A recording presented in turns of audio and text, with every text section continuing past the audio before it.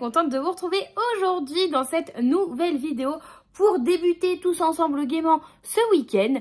À l'heure à laquelle je tourne, nous sommes encore le 1er avril, donc non, rassurez-vous, ce n'est pas une vidéo pour vous dire des bêtises, pour faire un poisson d'avril, mais c'est juste que je tourne, c'est férié, donc c'est bien pratique. Et j'avais envie aujourd'hui de vous proposer un concept que je trouvais un petit peu sympa, que je sais pas si je l'ai vu quelque part, quelque chose m'a inspiré. Aussi, j'ai un jour rêvé un peu trop fort et je me suis dit tiens, je vais faire ça. Je ne sais plus, en tout cas c'est un concept que je trouve sympa. Je vais vous parler de 5 livres qui m'ont donné envie d'absolument tout abandonner. C'est l'occasion de vous faire un petit peu des recommandations, donc 5 recommandations sur des sujets très variés. C'est pas forcément des livres qui rentrent dans une seule catégorie et que j'avais envie de vous présenter ou de vous représenter pour certains. Donc voilà, c'est une petite vidéo recommandation, mais avec l'idée que ces livres vont vous donner envie d'abandonner certaines choses. Vous allez voir, ça va être très difficile. Le premier livre dont j'ai envie de vous parler, c'est un livre que je vous ai déjà présenté sur la chaîne, mais c'est surtout un livre qui m'a donné envie d'abandonner toute idée d'aller rendre visite à ma famille, parce que clairement, ça vous fait comprendre que la famille, il y a du bon comme il y a du très mauvais. Et le livre qui me donne cette idée de tout abandonner et de ne plus dire bonjour ni rien du tout à ma famille, c'est Les désastreuses aventures des orphelins Baudelaire, écrit par Léonie Snicket et publié ici chez Nathan. Ici, je vais vous refaire vite fait le brief. On est dans l'idée que l'on suit 3 enfants, donc 3 orphelins Baudelaire. Oh là là, le titre est quand même bien fait. 3 enfants qui vont très rapidement perdre leurs parents et vont donc se retrouver orphelins. Et donc vont être confiés à leur grand-oncle, enfin bref, au comte Olaf, qui n'a absolument rien à faire des 3 enfants, n'est absolument pas là pour leur bien, enfin si, pour leur bien, pas pour leur bien, le fait qu'ils aillent bien, mais pour leur bien, il est là pour l'argent. Le comte Olaf, tout ce qu'il veut, c'est la fortune des enfants Baudelaire, puisque effectivement, ils ont hérité d'une énorme fortune, sauf qu'ils sont tous mineurs, donc ils ne peuvent pas encore y avoir accès. Et le comte Olaf, lui, compte bien tout faire pour essayer de justement mettre la main sur cette fortune.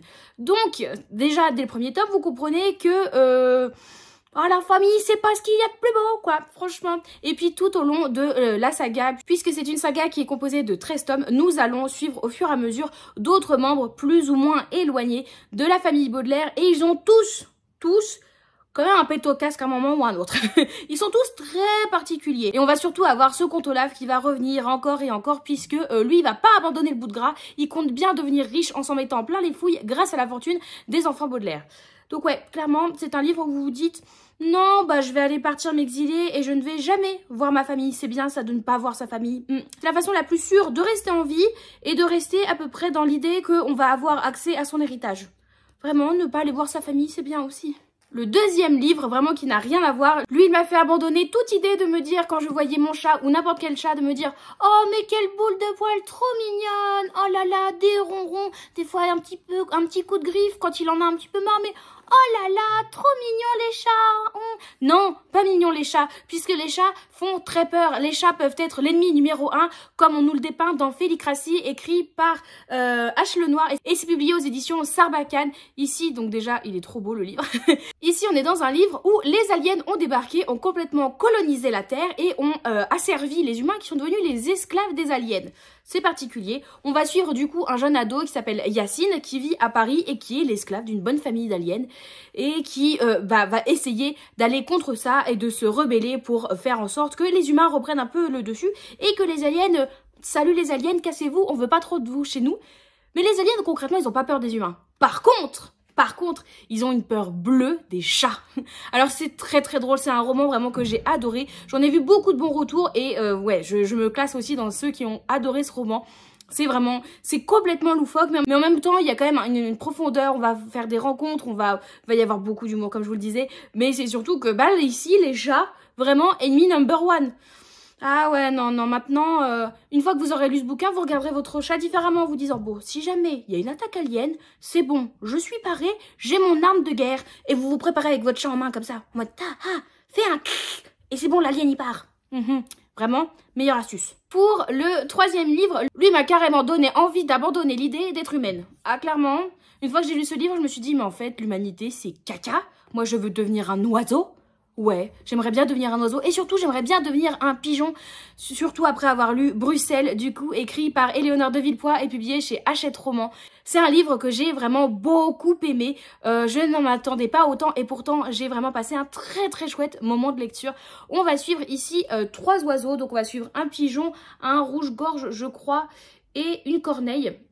effectivement, qui vont être tous les trois un petit peu mandatés pour essayer de retrouver quels oiseaux sont voleurs échappards des œufs qui se volatilisent et qu'on devine qui sont volés. Donc on va avoir nos trois acolytes qui ne se connaissent ni d'Ève ni d'Adam qui vont être obligés de faire équipe pour mener l'enquête et savoir qui vole les œufs de certains autres oiseaux.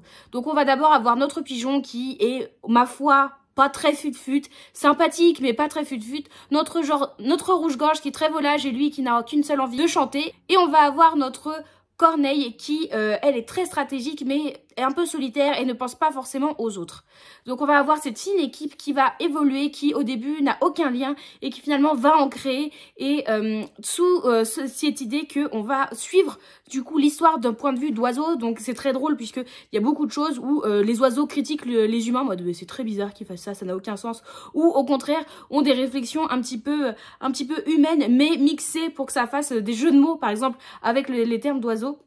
Donc c'est très très drôle, vraiment c'est plein d'humour, mais en même temps il y a une vraie profondeur. J'ai presque versé une petite larme quand même à un moment, c'est triste aussi. Enfin, vraiment c'est un livre qui va vous faire passer par plein d'émotions, et vraiment j'avais envie de devenir un pigeon moi à la fin. Ah ouais, ah bah oui, je voulais devenir un pigeon et j'avais envie de vivre les mêmes aventures qu'eux, même si j'avais pas envie de passer par le côté tristesse, mais j'avais envie de vivre les mêmes aventures qu'eux et de devenir un pigeon, et donc abandonner l'idée d'être humaine. Pour le quatrième, lui, clairement, après l'avoir lu, j'avais plus envie, j'ai abandonné l'idée de me dire « Oh, pendant ma retraite, j'irai vivre à la campagne, vraiment reculé de tous, dans le calme, la tranquillité. » Non, puisque après avoir lu Rendez-vous avec le crime de Julia Chapman, publié chez Robert Laffont, ah, j'avais plus envie d'aller vivre dans un petit patelin ou en campagne. Ah non.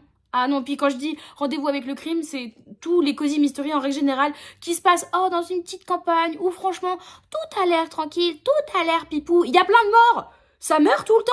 Vraiment, il y a un taux de criminalité dans les cosy mystery en campagne qui est excessif. Je pense du coup que les informations ne nous disent pas tout, parce que là, clairement, c'est en campagne qu'il y a le plus grand taux de criminalité. Non mais vraiment, ça meurt à chaque tome, et encore, si on a de la chance, on n'a qu'un seul mort par tome, et donc on peut en avoir plus.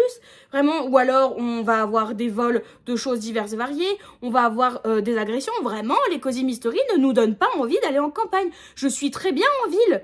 Clairement, je préfère me dire « Oh là là, mon métro est en retard, scrogneux, la vie c'est nul », mais me dire que je suis en vie. Ah ouais, ah clairement, je vous le dis, hein, ma retraite, elle se fera en ville, elle se fera pas en campagne, c'est trop risqué, c'est clairement trop risqué.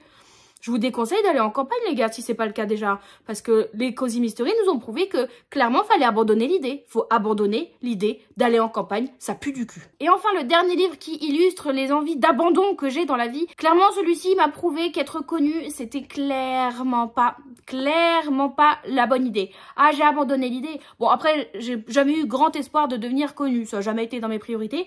Mais là, c'est bon. J'ai vraiment pas envie, après avoir lu Misery de Stephen King. Ah ouais, j'ai pas envie d'être connue. Oula, non.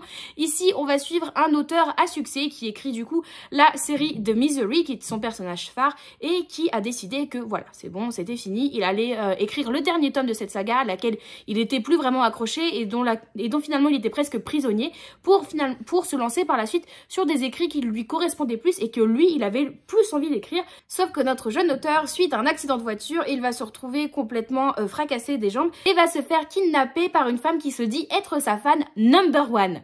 Voilà, sauf que vous imaginez bien déjà que si le mot kidnapper est ici, c'est pas forcément bon signe, puisque cette femme du coup qui est sa fan number one d'après ses dires, est surtout très fan de Misery et n'entend pas de cette oreille le fait que l'auteur mette fin à la saga, et surtout n'est pas satisfaite de la fin proposée par l'auteur et va du coup l'obliger à réécrire cette fin pour qu'elle lui convienne et qu'elle soit vraiment dans l'idée que elle s'en fait. Sauf que l'auteur, comme je vous disais, lui, Misery, c'est bon, il en a ras-le-bol, il a plus envie de la voir, il a plus envie de l'écrire, donc il va se retrouver obligé. Et vous vous doutez du fait que ça soit Stephen King qui l'ait écrit et du fait qu'il ait été kidnappé, qu'elle l'oblige pas juste en lui disant « Oh, s'il te plaît, réécris !» Non, elle va être un petit peu plus assistante et elle va mettre un petit peu plus de moyens pour arriver à ses fins. Voilà. Donc on va suivre du coup tout ce récit du point de vue de l'auteur qui va essayer de survivre comme il peut, hein, voilà, donc ça va être un gros conflit interne et externe avec sa ravisseur.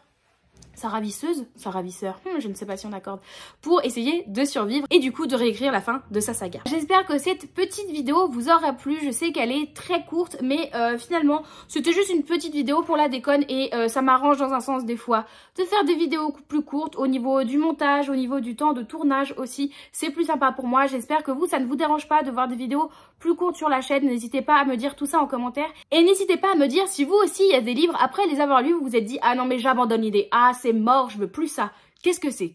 Qu'est-ce que ça serait? Qu'est-ce que ça vous a donné envie d'abandonner? Et surtout, quel livre vous a fait penser ça? Dites-moi tout ça en commentaire, je vous y attends. Et puis surtout, je suis contente puisque cette vidéo, c'était un petit peu l'occasion de vous faire quelques recos comme ça sur des sujets super variés, mais histoire de vous faire des petites piqûres de rappel sur des livres que j'ai beaucoup appréciés, ça fait jamais de mal. Si vous avez envie de commenter mais que vous ne savez pas quoi mettre et que un emoji, ça vous suffit, n'hésitez pas à mettre l'emoji de la croix en mode...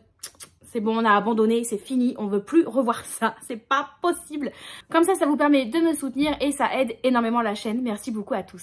N'hésitez pas à liker, commenter, vous abonner et si vous êtes vraiment sympa, à partager cette vidéo. Merci à tous ceux qui le font, pour qui c'est devenu une habitude de lâcher le petit like au début de vidéo, ça fait très plaisir. Merci beaucoup à vous. En attendant une prochaine vidéo, vous pouvez me retrouver de façon quasi quotidienne, que ce soit sur Twitch, Instagram ou Discord, dont les liens sont dans la barre d'infos comme d'habitude, donc n'hésitez pas à nous y rejoindre, ça sera avec grand plaisir de vous y retrouver. Je vous souhaite à tous de très belles lectures et surtout de ne pas avoir envie de tout abandonner et à une toute prochaine.